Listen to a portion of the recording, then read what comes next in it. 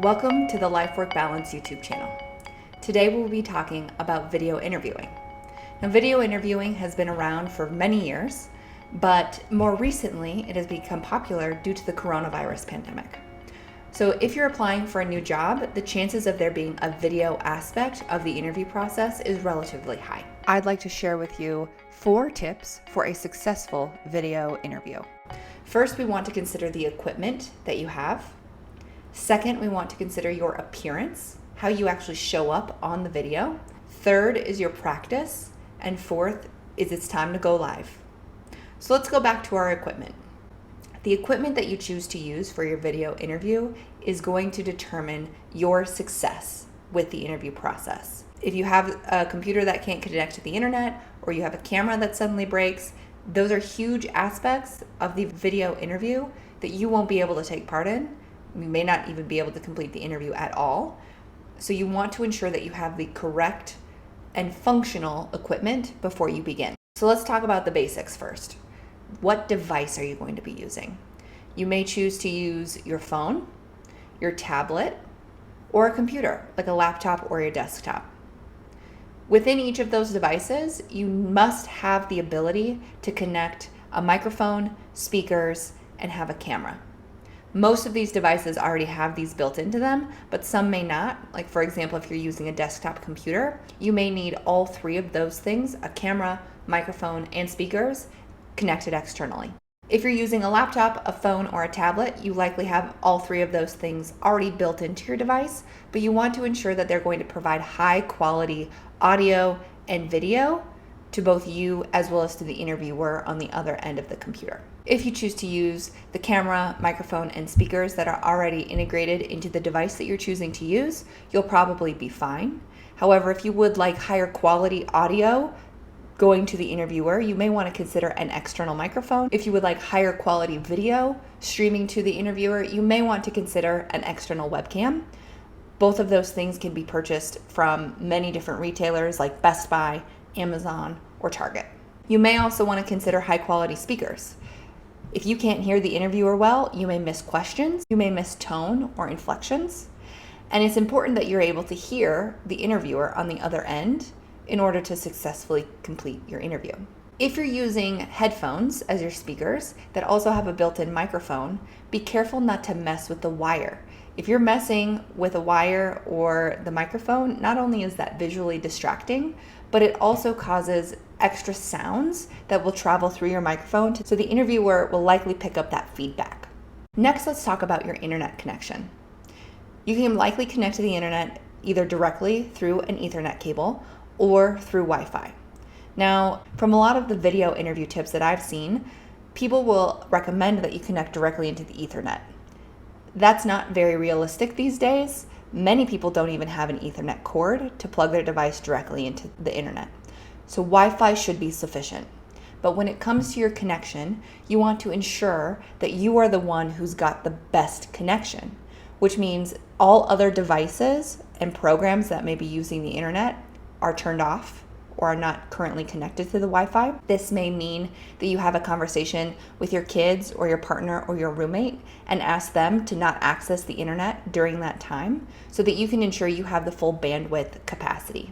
Next, let's talk about your appearance. When it comes to your appearance, this isn't just how you look physically with the way that you're showing up with your makeup, your hair, the way that you're dressed. It also is how your video appears on the other end. So let's talk about lighting first. When it comes to the lighting of your video, you want to make sure that you brighten your face and that you remove all shadows if possible. Now, you can do this through a ring light like this. This is a light that will clip directly to your phone, your tablet, or your laptop. Or you could just place lamps around you, or make sure that you have certain lights that are turned on or off so that they brighten your space enough that your face is illuminated and that there's not light behind you that is drawing the camera's focus away from you and instead to your back wall. If you don't have a ring light or you don't have lights that will illuminate your face, you can always face a window. When you face a window, the natural light will brighten up your face and will remove a lot of the shadows that may otherwise appear. You want to make sure you don't have a distracting background. So this means that your area is clean, organized, and clutter-free. Extra stacks of papers and books and knickknacks in the space behind you can be distracting to the interviewer's eye and can cause them to get distracted by what's behind you rather than what is in front of them, which is you. Let's talk about your location. When it comes to your location, you want to pick a spot that is quiet, clean, simple, and not distracting. You do not want to conduct your video interview in a Starbucks, in a car, or in a public place that can have things going on in the background behind you that you might not be aware of, but that can draw the interviewer's eyes away from you. I've mentioned multiple types of distractions so far, and the other type of distraction is people. So the people around you, whether this is children, your roommate, your partner or your spouse, your pets, they can be loud, barking in the background, or your cat could jump up on your keyboard and walk across in front of the camera, as well as your phone. Your phone can buzz and cause notifications, and that buzz can create feedback for the interviewer to hear, and it may also draw your attention away from the interview and to your phone to check that notification. So let's make sure that we talk to our people, let them know what to expect, that we have an interview that's coming up. It will be from this time to this time, and ask that they please leave us in our room so that we can have no distractions or sounds. Let's ask if we have any pets that they can either be taken on a walk. Like my dog could be taken on a walk so that she's not barking in the background, or I could put her in a separate bedroom or a crate so that she is definitely separated from me and will not be causing any noise distractions, not only for me, but also for the interviewer. And then let's make sure we turn our phones off if we're not using them for our interview process. And if we are using them or we don't turn them off, let's make sure we silence them and possibly even put them on Do Not Disturb so that we aren't distracted if that phone starts to buzz or go off. Next, let's talk about you, the way that you are appearing. So you want to look good. You want to look professional, clean cut, and you want to look the best for the part. So this means that you have done your hair, you've brushed it, you've maybe styled it.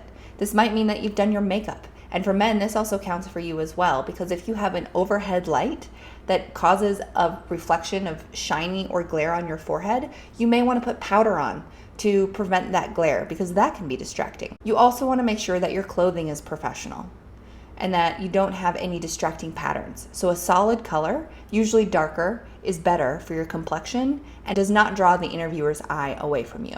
If you wear glasses, make sure that your glasses are glare-free, because your glasses will prevent them from being able to make eye contact with you, as well as it will make it hard for them to tell if you're making eye contact with them, because the glare could be getting in the way.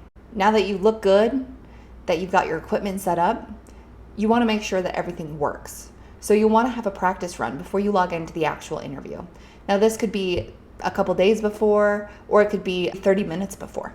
So if you're going to practice, I recommend using the platform that is designed for your interview. But if you don't have access to that ahead of time, you may use a platform like Skype or Google Hangouts, which will allow you to not only record your video so that you can watch it back, but will allow you to test your equipment to make sure that it's in proper working order. I recommend recording yourself so that you can see how you show up on camera. Maybe you need to make more eye contact. Maybe you need to make less fidgeting noises or motions. Maybe your voice needs to be a little bit stronger so that it can come across strong, clear, and crisp through the microphone. Maybe you need to focus on eye contact so that the interviewer feels that personal connection with you. Now it's go time. So when you're ready to start the interview, make sure that you've got a few things prepared. First is have sticky notes ready to go. If you easily get distracted by seeing yourself or the interviewers on the screen, use a sticky note to cover that up. So that little picture of you in the bottom corner, make sure you cover that up so you don't keep looking at yourself. If you keep finding yourself looking at the interviewer on their screen rather than meeting their eyes through the camera, maybe you need to have a sticky note that you place next to the camera to remind yourself to look at the camera rather than the interviewer. So although you may not be looking at them, they feel that personal connection with you through that eye contact with your camera. You can also use sticky notes to prepare questions for your interviewers. I highly recommend that you have questions prepared ahead of time so that you appear interested and engaged in the job that you are applying for. Have these questions written down on your sticky notes and place them on the side of your computer, or place them in a place that is easily accessible so you can quickly grab them and refer to them during your interview. Along those same lines, you want to make sure that you have your resume, your cover letter, and your application materials easily available. So maybe this means you print off your application and highlight significant areas that you would like to touch on, or if the interviewer has a specific application-related question for you, you can quickly refer to your application so that you provide them with the same consistent information and that nothing is contradictory. Remember to smile. Video drains energy. So you must smile and be engaged with the camera to keep that energy up. It would be really hard to be engaged with someone who has no facial expression or any tone inflection and doesn't look very happy when they're looking at the camera. So you got to bring that energy. You have to smile, be excited, and connect with the person on the other end, even if you're not with them physically. Finally, when it comes to your style of answering the questions, slow down, take a breath, and be concise with your answers.